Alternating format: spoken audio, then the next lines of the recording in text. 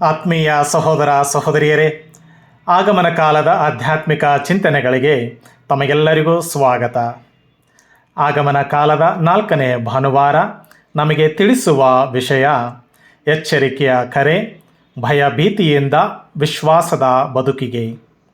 ಆಗಮನದ ಎಚ್ಚರಿಕೆ ಎಂದರೆ ಕೇವಲ ನಿದ್ರೆಯಿಂದ ಕಣ್ಣು ತೆಗೆಯುವುದಲ್ಲ, ಅದು ಕಡಿಮೆ ಮಟ್ಟದ ವಾಸ್ತವದಿಂದ ಉನ್ನತ ವಾಸ್ತವದತ್ತ ಸಾಗುವ ಆಳವಾದ ಪರಿವರ್ತನೆ. ಅದು ಆಲಸ್ಯದಿಂದ ವಿವೇಚನಾಶೀಲ ಹೃದಯದತ್ತ ಸಾಗುವುದು.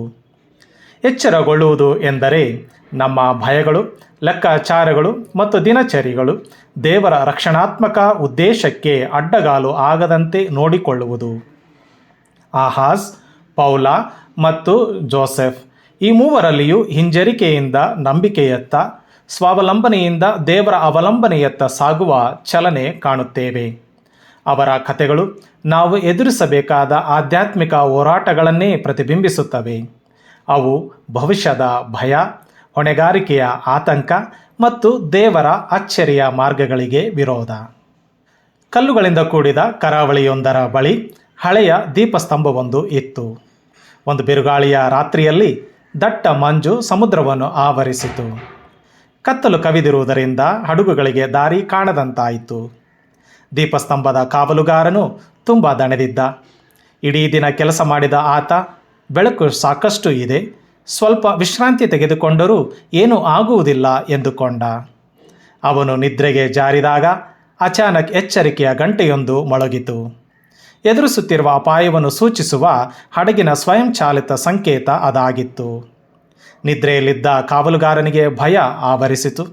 ಬಿರುಗಾಳಿಯ ಭಯ, ಗೋಪುರ ಹತ್ತಬೇಕಾದ ಭಯ, ತಡವಾಗಿ ಕ್ರಮ ಕೈಗೊಳ್ಳುವ ಭಯ. ಆದರೂ ಅವನು ಎಚ್ಚರಗೊಂಡು ಕಿರಿದಾದ ಮೆಟ್ಟಲುಗಳನ್ನು ಹತ್ತುತ್ತಾ ದೀಪವನ್ನು ಸರಿಹೊಂದಿಸಿ ಬೆಳಕನ್ನು ಸಮುದ್ರದತ್ತ ತಿರುಗಿಸಿದನು. ಕತ್ತಲೆಯ ನಡುವೆ ಹಡಗಿನ ನಾಯಕನು ಆ ಉರಿಯುತ್ತಿರುವ ಬೆಳಕನ್ನು ನೋಡಿ ತಕ್ಷಣ ದಾರಿಯನ್ನು ಬದಲಾಯಿಸಿ ಅಡಚಣೆಯಿಂದ ಪಾರಾದನು. ವಿಪತ್ತು ತಪ್ಪಿದ್ದು ಬಿರುಗಾಳಿ ನಿಂತಿದ್ದರಿಂದಲ್ಲ, ಆದರೆ ಕಾವಲುಗಾರನು ಎಚ್ಚರಗೊಂಡು ತನ್ನ ಕರ್ತವ್ಯವನ್ನು ಪೂರೈಸಿದ್ದರಿಂದ.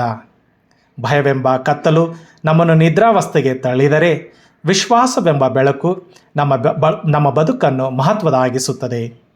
ಭಯದಿಂದ ನಂಬಿಕೆಗೆ ಎಚ್ಚರಗೊಳ್ಳುವುದು ಎಂದರೆ ದೇವರ ಕರೆಯನ್ನು ಉತ್ತರಿಸಿದಾಗ ಅದು ಇತರರಿಗೆ ಬೆಳಕು ಮತ್ತು ಪ್ರೀತಿಯಾಗುತ್ತದೆ ಎಂಬುದನ್ನು ನಂಬುವುದು.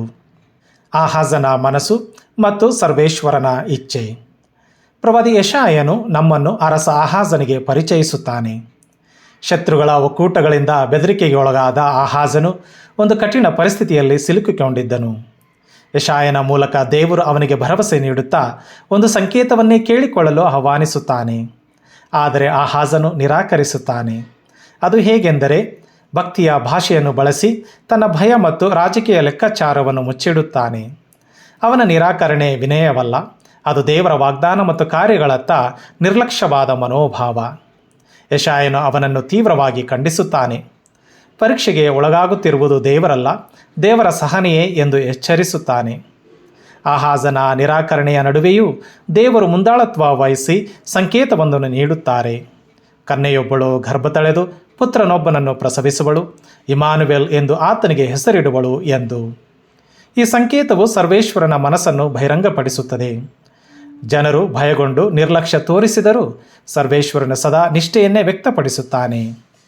ಆಗಮನದ ಎಚ್ಚರಿಕೆ ಎಂದರೆ ನಮ್ಮ ಲೆಕ್ಕಾಚಾರಗಳನ್ನು ಮೀರಿ ದೇವರ ವಾಗ್ದಾನವನ್ನು ನಂಬುವುದನ್ನು ಕಲಿಯುವುದು. ದೇವರು ನಮ್ಮೊಡನೆ ಇದ್ದಾರೆ ಎನ್ನುವುದು ಕೇವಲ ಕಲ್ಪನೆಯಲ್ಲ, ಅದು ಇತಿಹಾಸದಲ್ಲಿನ ದೇವರ ನಿರ್ಣಾಯಕ ಹಸ್ತಕ್ಷೇಪ. ಯೇಸುವನ್ನು ಅರಿಯಲು, ಅನುಭವಿಸಲು ಎಚ್ಚರವಾಗಿರಬೇಕು. ರೋಮನರಿಗೆ ಬರೆದ ಪತ್ರದಲ್ಲಿ ಸಂತ ಪೌಲನು ರೋಮಿನ ಕ್ರೈಸ್ತ ಸಭೆಗೆ ಯೇಸುವಿನ ನಿಜವಾದ ಗುರುತನ್ನು ಪರಿಚಯಿಸುತ್ತಾನೆ.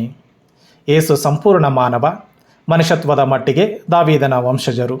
ಯೇಸು ಸಂಪೂರ್ಣ ದೇವರು, ದೈವಿಕ ಪರಿಶುದ್ಧತೆಯ ಮಟ್ಟಿಗೆ ಇವರು ದೇವರ ಶಕ್ತಿಯನ್ನು ವ್ಯಕ್ತಪಡಿಸುವ ದೇವರ ಪುತ್ರ, ಪುನರುತ್ಥಾನದಿಂದ ದೇವರ ಪುತ್ರನೆಂದು ಘೋಷಿತನಾದವನು. ಈ ರಹಸ್ಯವು ವಿಶ್ವಾಸಿಗಳನ್ನು ಇನ್ನಷ್ಟು ಆಳವಾದ ನಂಬಿಕೆಯ ಎಚ್ಚರಿಕೆಗೆ ಕರೆಯುತ್ತದೆ. ಯೇಸುವಿನ ಮೂಲಕ ಅವರಿಗೆ ಕೃಪೆಯೂ ಪ್ರೇಷಿತರ ಕರೆಯೂ ದೊರೆತಿವೆ ಎಂದು ಪೌಲನು ನೆನಪಿಸುತ್ತಾನೆ. ಅವರು ಯಾದೃಚ್ಛಿಕ ಅನುಯಾಯಿಗಳಲ್ಲ, ದೇವರಿಂದ ಪ್ರೀತಿಸಲ್ಪಟ್ಟವರು ಮತ್ತು ಪವಿತ್ರರಾಗಲು ಕರೆಯಲ್ಪಟ್ಟವರು. ಆಗಮನ ಕಾಲದಲ್ಲಿ ಎಚ್ಚರಗೊಳ್ಳುವುದು ಎಂದರೆ ನಮ್ಮ ಗುರುತನ್ನು ಮರು ಕಂಡುಹಿಡಿಯುವುದು, ನಾವು ಯೇಸು ಕ್ರಿಸ್ತನಿಗೆ ಸೇರಿದ್ದೇವೆ ಎಂದು. ಆದ್ದರಿಂದ ನಂಬಿಕೆ ನಿಷ್ಕ್ರಿಯವಲ್ಲ, ಅದು ನಮಗೆ ದೈವಿಕ ನಿಯೋಗವನ್ನು ನೀಡುತ್ತದೆ. ಎಚ್ಚರಗೊಂಡ ಸಭೆ ಕ್ರಿಸ್ತ ಯಾರು ಎಂಬುದನ್ನು ತಿಳಿದುಕೊಳ್ಳುತ್ತದೆ ಮತ್ತು ಆತನಲ್ಲಿರುವ ತನ್ನ ಗುರುತನ್ನು ಅರಿಯುತ್ತದೆ. ಅದು ಕರೆಯಲ್ಪಟ್ಟ, ಪ್ರೀತಿಸಲ್ಪಟ್ಟ ಮತ್ತು ಕಳುಹಿಸಲ್ಪಟ್ಟ ಪ್ರಜೆ. ಜೋಸೆಫನ ಮನಸ್ಸು ಮತ್ತು ದೇವರ ಮನಸ್ಸು. ಮತ್ತಾಯನ ಶುಭ ಸಂದೇಶವು ಅತ್ಯಂತ ಆತ್ಮೀಯ ಎಚ್ಚರಿಕೆಯ ಕಥೆಯನ್ನು ನಮ್ಮ ಮುಂದೆ ಇಡುತ್ತದೆ. ಅದು ಜೋಸೆಫನದು. ಮರಿಯಳೊಂದಿಗೆ ನಿಶ್ಚಿತಾರ್ಥವಾಗಿದ್ದ ಜೋಸೆಫನು ಅವಳು ಗರ್ಭವತಿಯಾಗಿರುವುದನ್ನು ತಿಳಿದು ಧರ್ಮಶಾಸ್ತ್ರಕ್ಕೂ ಮರಿಯಳ ಗೌರವಕ್ಕೂ ಧಕ್ಕೆಯಾಗದಂತೆ ಮೌನವಾಗಿ ವಿಚ್ಛೇದನ ನೀಡಲು ಯೋಚಿಸುತ್ತಾನೆ. ಅವನ ಹೃದಯ ನ್ಯಾಯಯುತವಾದರೂ ಭಯಪೂರ್ಣವಾಗಿತ್ತು. ಕನಸಿನಲ್ಲಿ ದೇವದೂತನು ಎಚ್ಚರಿಸಿ ಕೊಟ್ಟ ಹೇಳಿಕೆ, ದಾವೀದ ವಂಶದ ಜೋಸೆಫನೇ, ಭಯಪಡಬೇಡ. ಈ ಪ್ರಕಟಣೆಯ ಮೂಲಕ ಭಯ ದೂರವಾಗುತ್ತದೆ. ಮರಿಯಳು ಪವಿತ್ರಾತ್ಮರಿಂದ ಗರ್ಭವತಿಯಾಗಿದ್ದಾಳೆ ಮತ್ತು ಆ ಮಗುವಿಗೆ ಏಸು ಎಂದು ಹೆಸರಿಡಬೇಕು ಎಂಬುದಾಗಿ ಜೋಸೆಫನು ತಿಳಿದುಕೊಳ್ಳುತ್ತಾನೆ. ಏಸು ಅಂದರೆ ಯೆಹೋವ ರಕ್ಷಿಸುತ್ತಾನೆ ಎಂಬುದನ್ನು ಮತ್ತಾಯನ ಶುಭ ಸಂದೇಶ ಯೆಶಾಯನ ಪ್ರವಾದನೆಯಲ್ಲಿರುವ ಸಂಪರ್ಕವನ್ನು ವ್ಯಕ್ತಪಡಿಸುತ್ತದೆ. ಅದು ಇಮ್ಮಾನುವೇಲ್, ದೇವರು ನಮ್ಮೊಡನೆ ಇದ್ದಾರೆ ಎಂದು. ಜೋಸೆಫನು ನಿದ್ರೆಯಿಂದ ಎದ್ದು ದೇವದೂತನು ಆಜ್ಞಾಪಿಸಿದಂತೆ ಮಾಡಿದಾಗ ಎಚ್ಚರಿಕೆಯ ಕ್ಷಣವು ಪೂರ್ಣಗೊಳ್ಳುತ್ತದೆ. ವಿಧೇಯತೆ ಅವನ ನಂಬಿಕೆಯ ಕೃತ್ಯವಾಗುತ್ತದೆ. ಜೋಸೆಫನ ಎಚ್ಚರಿಕೆ ನಂಬಿಕೆಗೆ, ವಿಧೇಯತೆಗೆ ಮತ್ತು ದೈವಿಕ ಕಾರ್ಯ ಸಾಧನೆಗೆ ಸಾಕ್ಷಿಯಾಗಿದೆ ಎಂಬುದನ್ನು ನಾವು ಕಲಿಯುತ್ತೇವೆ.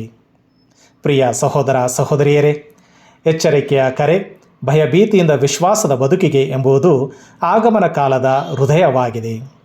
ಎಚ್ಚರಗೊಳ್ಳುವುದು ಎಂದರೆ ಭಯದಿಂದ ನಂಬಿಕೆಯತ್ತ, ವಿರೋಧದಿಂದ ವಿಶ್ವಾಸದತ್ತ, ಸ್ವಯಂ ರೂಪಿಸಿಕೊಂಡ ಯೋಜನೆಗಳಿಂದ ದೇವರ ರಕ್ಷಣಾತ್ಮಕ ವಿನ್ಯಾಸದತ್ತ ಸಾಗುವುದು ಎಂದು. ಆಹಾಜನ ನಿರಾಕರಣೆ ಶಾಂತಿಯನ್ನು ದೂರ ಮಾಡಿತು.